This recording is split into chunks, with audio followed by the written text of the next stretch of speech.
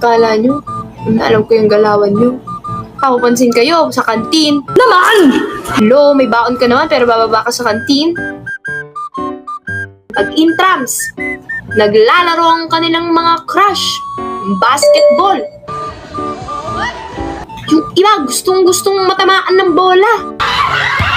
Takot ka pala sa bola, bakit dun ka pupwesto sa gilid ng court, di ba?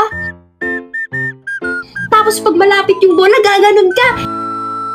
Yung bola, nandun naman sa kabila pumunta. Lakas-lakas pa ng sigaw. Ni Siomay nga, hindi ka mailibre.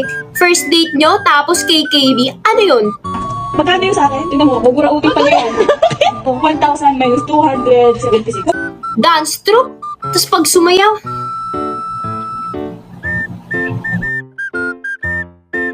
sigurado ka? Dance troupe sinalihan mo?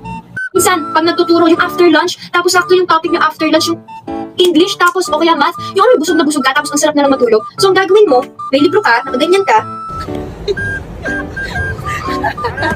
Hindi nyo ginawa yan?